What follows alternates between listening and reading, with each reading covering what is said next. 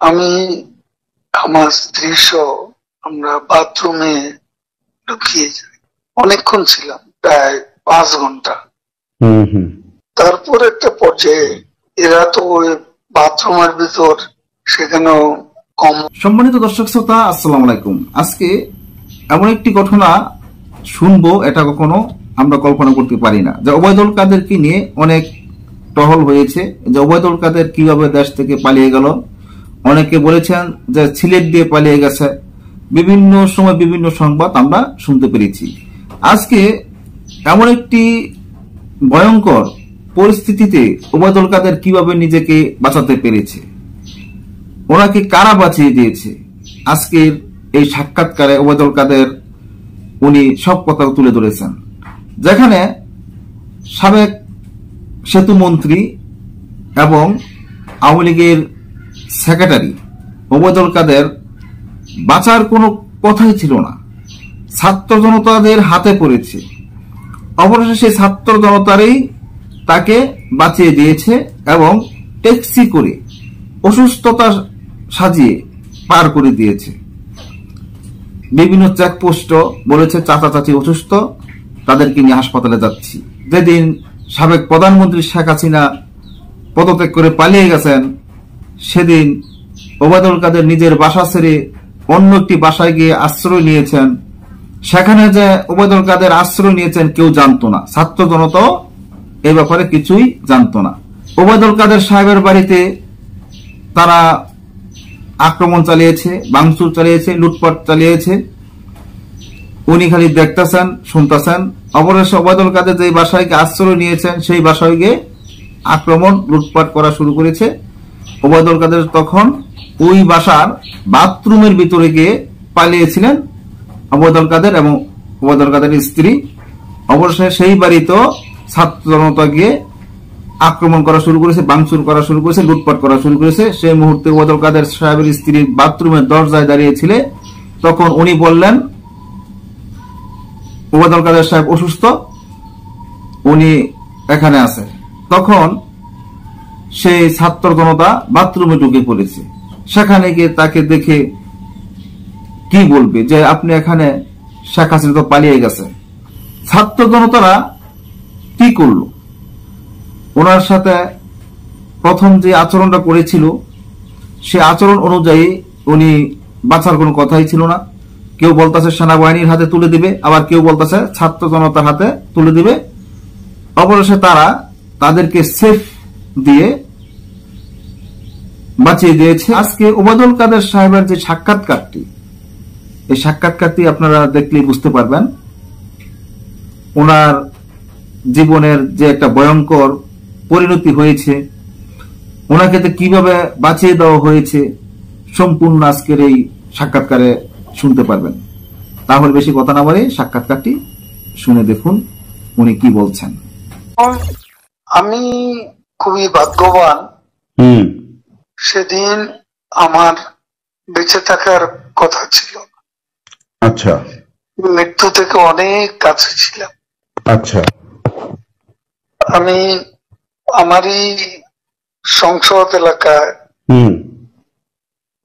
আমার নিজের বাসাকে এড়িয়ে পার্শ্ববর্তী আর একটা বাসায় আশ্রয় নিয়েছিলাম। বেশ। তখন চারদিক থেকে মিছিল আসছিল।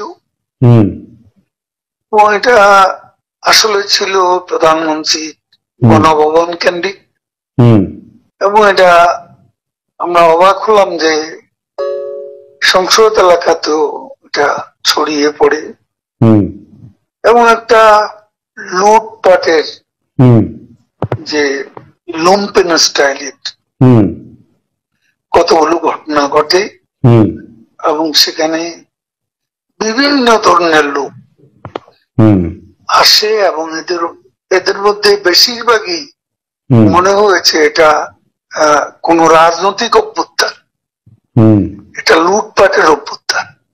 না, একটা কথা জিজ্ঞাসা করি, সে তো আমরা তখন সেটা দেখলাম এবং মাননীয় প্রধানমন্ত্রীকেও যে বাসাতে ছিলাম তারা সে বাসাতেও হামলা করে। আচ্ছা। তারা জানতো না হুম। যে সেখানে আমি আছি। আচ্ছা। আমার বাসা তারা লুটপাট করেছে, হুম। কিন্তু যে বাসায় আমি গিয়ে আশ্রয় নিলাম হুম। সেখানে তারা হামলা করবে এটা আমি ভাবতাম, কিন্তু সেখানেও দেখলাম যে অনেক লোকজন হুম। ঢুকে পড়ে এবং তারা ভাঙচুর লুটপাট হুম। করতে থাকে। হুম। আমি আমার স্ত্রী সহ আমরা বাথরুমে ঢুকিয়ে যাই, অনেকক্ষণ ছিলাম, প্রায় 5 ঘন্টা। হুম। হুম। তারপর একটা পর্যায়ে এরা তো ওই বাথরুমের ভিতর সেখানেও কমোড, হুম। বেসিন হুম। এগুলো তো লুটপাট করেছে সব জায়গায়। সেগুলোর লোভে প্রথমত তাদেরকে আমার ওয়াইফ সেই বাথরুমের মুখে দাঁড়িয়ে হুম। বারবার বলছিল যে আমি অসুস্থ, হুম। এ কথা বলে তাদের ফিরিয়ে দিচ্ছে। হুম। তো একটা পর্যায়ে তারা এই বাথরুমে যেগুলো আছে হুম। সেগুলো লুট করার জন্য জোরপূর্বক হুম। প্রবাসের হুমকি দেয়।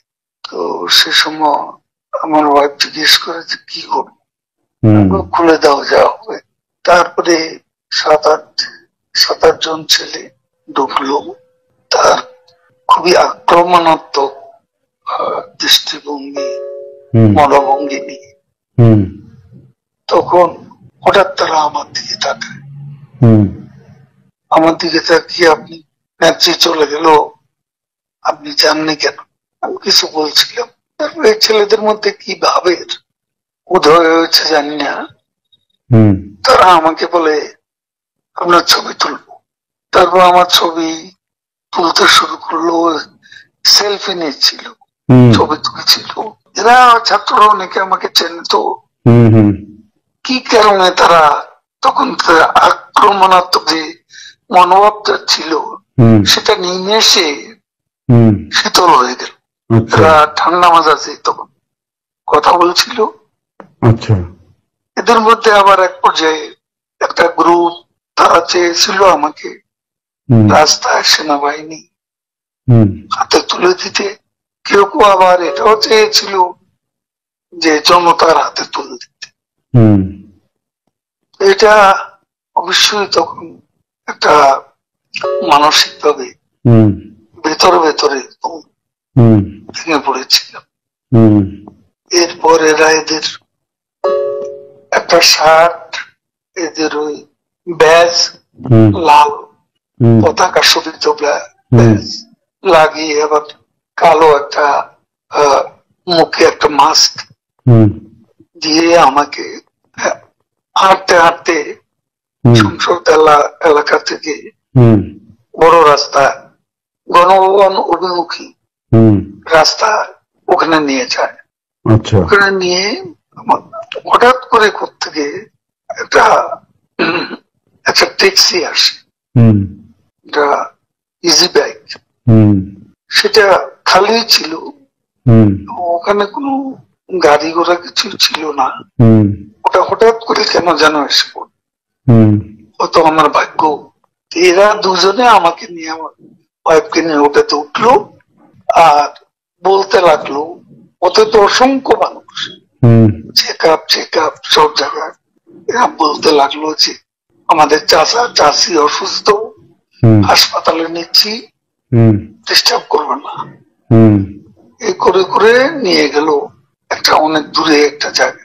তো এটা হলো, ভাবতেও পারেনি ওরা যখন বাথরুমে ঢুকলো যে বেঁচে থাকে, সে বেঁচে থাকাটাই। সম্মানিত দর্শক শ্রোতা, আপনারা ওনার সাক্ষাৎকার শুনেছেন এবং এখানে একটি কথা আছে, রাখে আল্লাহ মারেকে। উনি হয়তো ওনার জীবনে কোনো একটা ভালো কাজ করেছে, এই জন্যই আজকে ওনাকে বাঁচিয়ে দিয়েছে। এবং ছাত্র জনতা যারা ওনাকে বাঁচিয়ে দিয়েছে অবশ্যই তারা ওনাকে ভালো করে চিনে, হয়তো ওনার কাছের লোকই হতে পারে। একজনের নিমক যদি খায় তাহলে তো ওনার গুণ খাইতেই হবে, সেই গুণের কারণেই তারাকে হয়তো বাঁচিয়ে দিয়েছে। উনিও ওনার স্ত্রীকে নিয়ে উনি পালিয়ে গেছেন। আজ এ পর্যন্তই। আল্লাহ হাফেজ।